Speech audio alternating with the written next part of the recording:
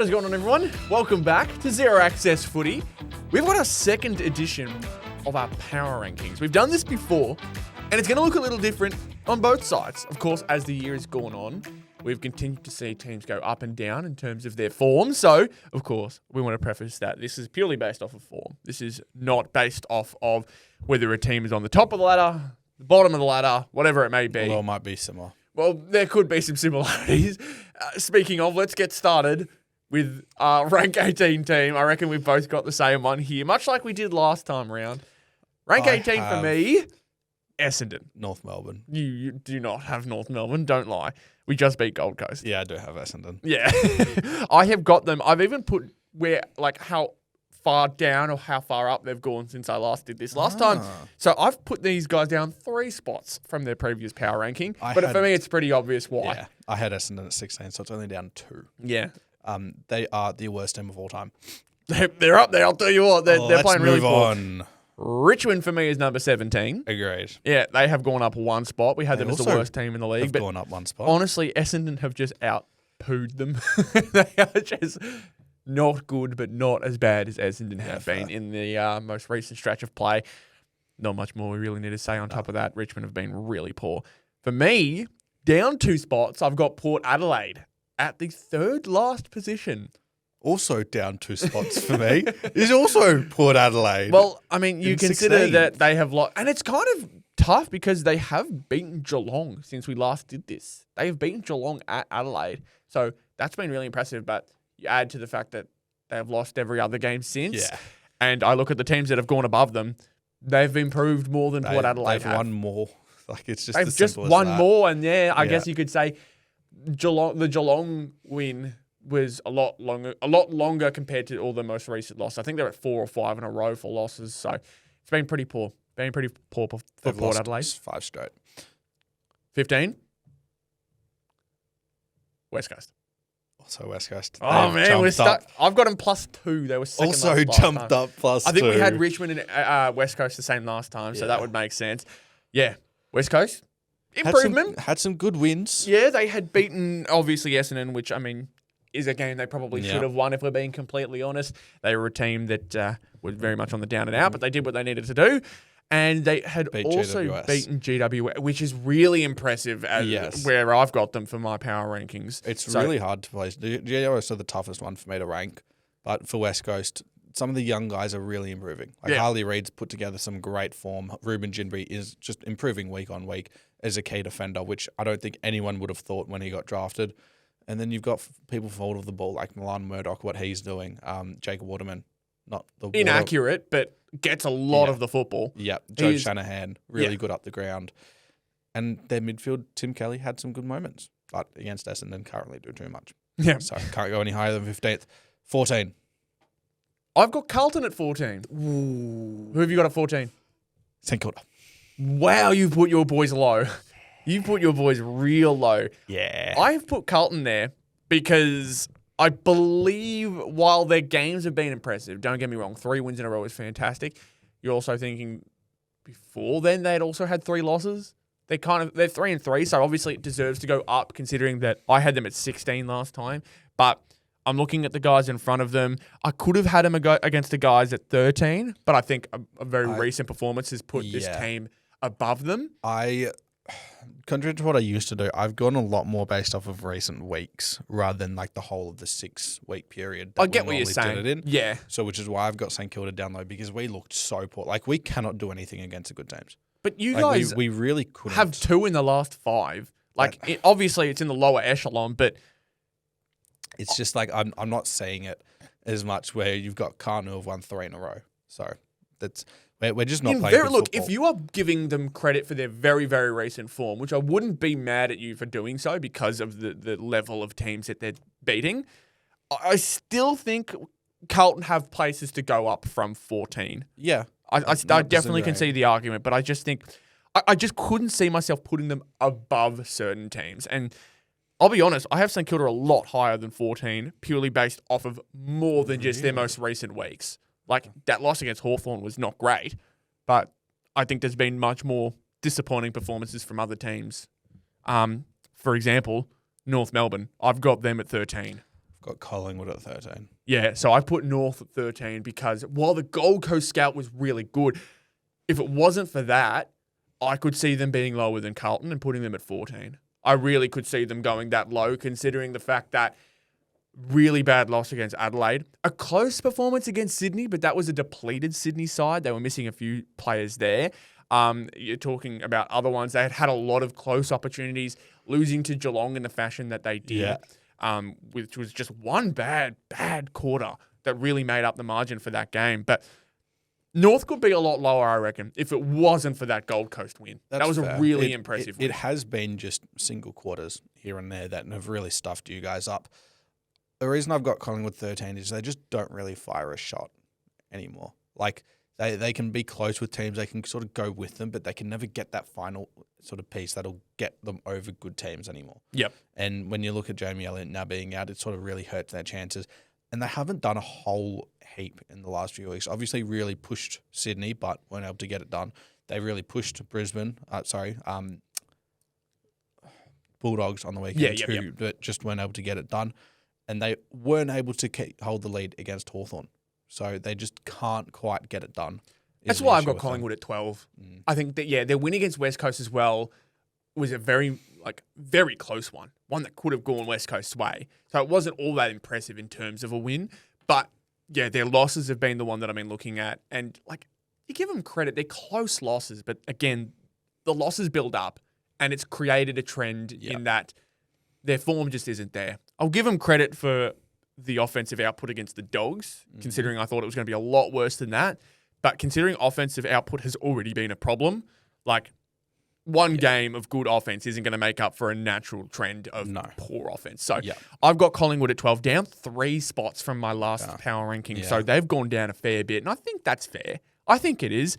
I think there's some wild ones in here looking back at it, but I'm going to stick strong with it. I'm going to stick strong. Who have you got at 12?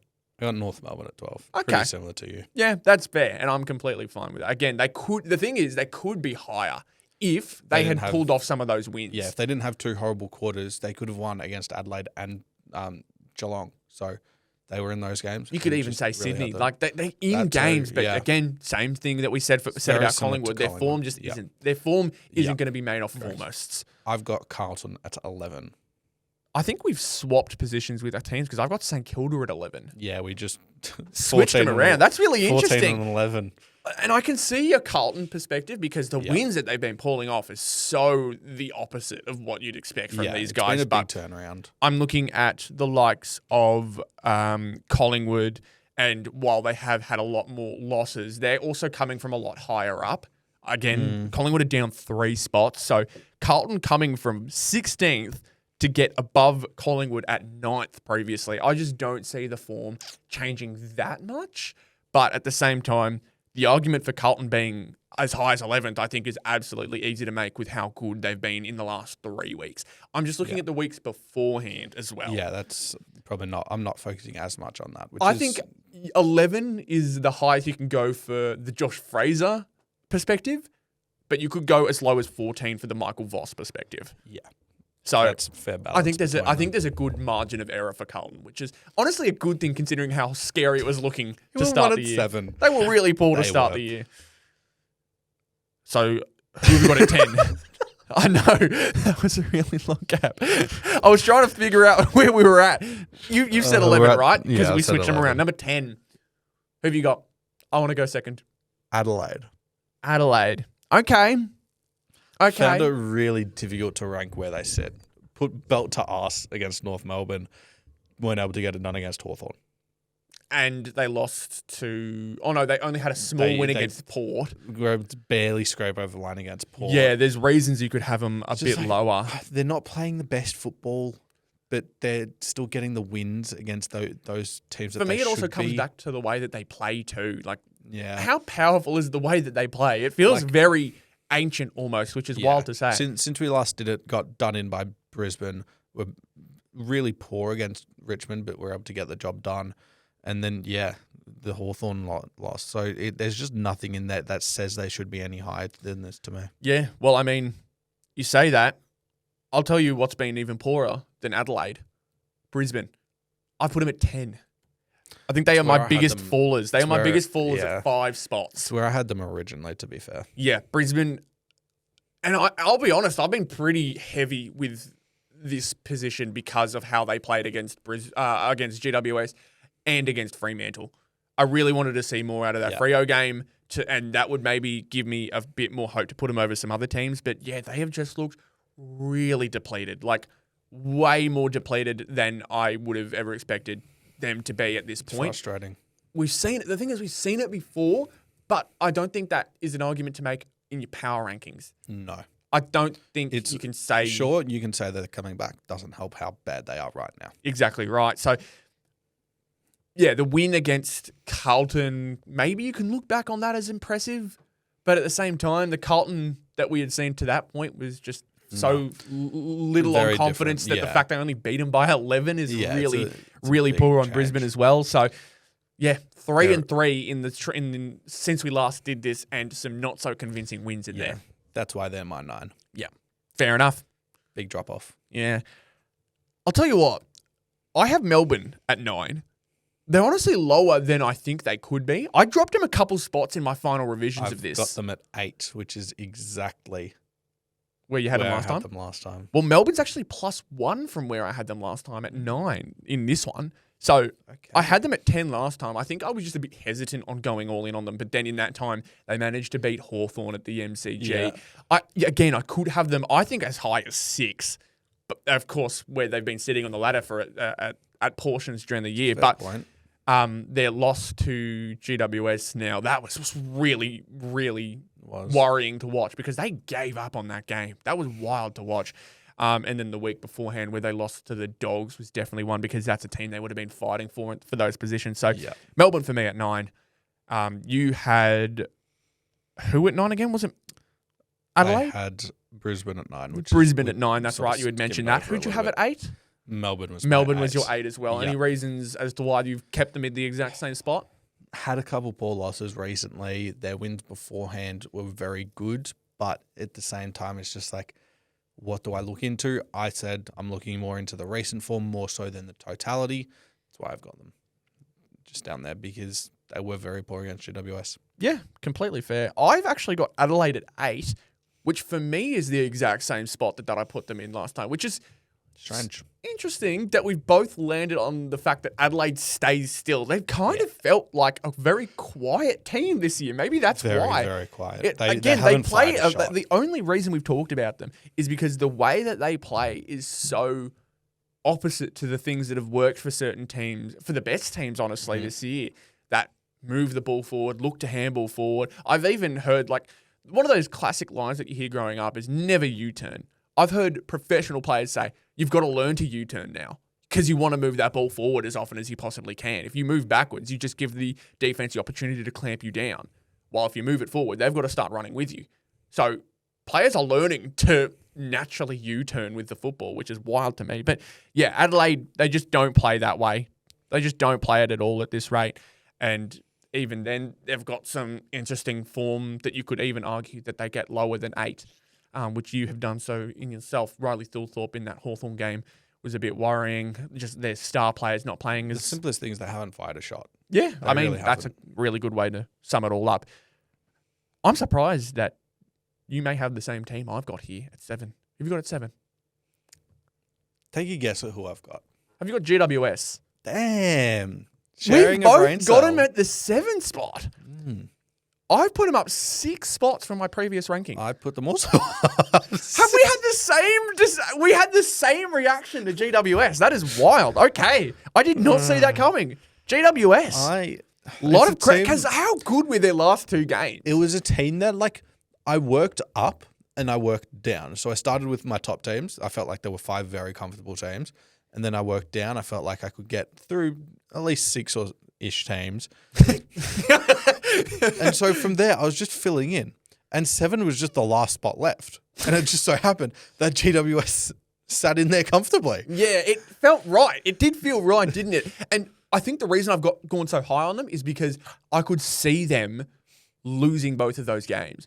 But the fact that they won them so comfortably is wild. Yeah. Wild. Like, So a lot of credit to them for those ones. But the thing is, they have had some games here and there that would make you go, really? Up 6 spots? Yeah, they lost to West Coast. Yeah. But at the same time, like, they just beat Melbourne, so they can't be below Melbourne. And Melbourne is sort of sitting around 8, 9, 10, so they have to be above that. Interesting. Very, very surprised that we're both going with GWS there. Who have you got at 6? Western Bulldogs. So do I. Yeah. Wow, we may have Feel something like similar here. Our top 5 will be identical. The Dogs have done really well to keep themselves up Absolutely here have. because they've dealt with a lot. They've kept themselves afloat, and then when they've needed to, they've just been able to have some moments. And remember, this stretch of play, I believe, involves the Geelong game where they lost Sam Darcy and Libba. Yeah, it does. So really impressive that for me, they've gone up a spot. So that's really impressive. I think the Dogs stayed at the yeah, well, I mean, like, and that's credit to the Dogs. That's credit to the Dogs for the fact that they've managed to find ways to do it. Yeah. Again, with new players. They have a beautiful next man up mentality at the kennel there. Number 5 for me, I've gone the Gold Coast Suns. Yeah, So we're about they to don't go deserve to be in the here. top 4. Yeah, but they they're are. still a very good team. They very much are. That North loss was definitely one to be worried about. It does hurt. Like, had they have done that, I would have thought about putting them up, but also not having the bye sort of takes away, like, oh, well, they just played a game less than everyone. They just don't have that. Like, what are you meant to say now? Very much so. And, like, there's, again, teams underneath them that I think are still playing better than. You could argue very much so that they're playing, like, 5 spots better than Brisbane. That's wild to say. Who have you got it for? Got the Hawthorn Hawks. God damn it. I've got the Hawthorn Hawks. I had them at 1 last time. Oh, I had them at 1. They're down 3 spots. So Hawthorn sitting at number 4. I had them at 4 last time. A lot of losses. So it turns out you were right. But a lot of losses that made it concerning. That Melbourne loss where you go, you really should have picked that one up. Yeah. The good win against Adelaide, though. That was a pretty decent win. While the margin wasn't large. No, it was a good comeback win. Yeah, it was very, very impressive. The draw to Collingwood did it for me. Couldn't put them higher than 4. Yeah. Would not put them higher than 4. The teams above them are that good. Yeah, like, it does feel like isn't a bad thing by any means. Yeah.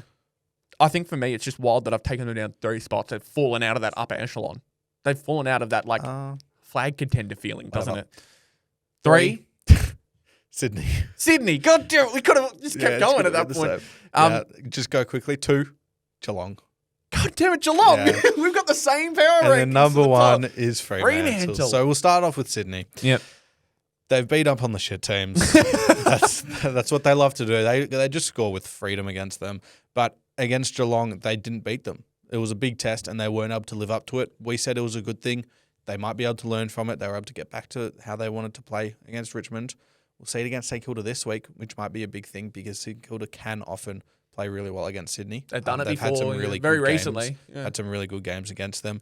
So it'll be a very interesting story with how they want to play out the rest of the next sort of 3-4 weeks with how teams have figured them out. But they just haven't quite passed the test that they've been given so far. To be fair, they've only had 1 test, and it was a pretty tough one. Yeah, Geelong absolutely. and GMHBA. But they didn't pass it, so they can't be any higher. Yeah, fair. But for that reason, Geelong, Yeah. their argument's there as well to put him below Sydney. But it's like, you come back to that Sydney game. Could you argue that the odds were maybe too much in Geelong's favour for us to? Not really. Yeah. I think that Sydney had the capability to take it over. I think they came back and absolutely destroyed Richmond and made you go, yeah, they're still one of the best teams in the league. Absolutely. But Geelong are just experienced outfit who just do what they need to almost every week, except for against Carlton. I was going to say, could you have put them at 1 if they beat Carlton? No, a team that's won 10 straight games, 11 if they straight had beat games. them by 40, right, per se, you didn't even think about it. You're like, yep, Geelong's doing what they usually do, doing really well. Fremantle have been good, but Geelong have still been really good, even though Fremantle have been fantastic. Fremantle would still be my number 1. They've just been really good. They've really won 11 straight games. It's I'm sorry. In terms of form. They can't not be number 1. They In haven't terms lost of form, in this period. yeah, in terms of power, in terms of form, it's Fremantle and then the rest of the league. They're literally firing on every single cylinder. Absolutely. But like they're not firing on every single cylinder. It's just a shame they're going to lose to North, aren't they? I think that's a great place to wrap up our power rankings this week. Yeah, I think that was it was interesting to see that we had both landed because we were different last time in that top. We were very 4. different. So the fact we've landed in the similar vein now is I think pretty cool. Pretty cool indeed. That being said, Appreciate you guys tuning in. If you enjoyed it, be sure to leave a like on the video, subscribe to the channel if you're new, all the good stuff as per usual. Thank you guys again so much for tuning in, and we'll see you hopefully very soon for our next very similar, very agreeable power rankings. I don't want to have you move your finger. Peace. Goodbye.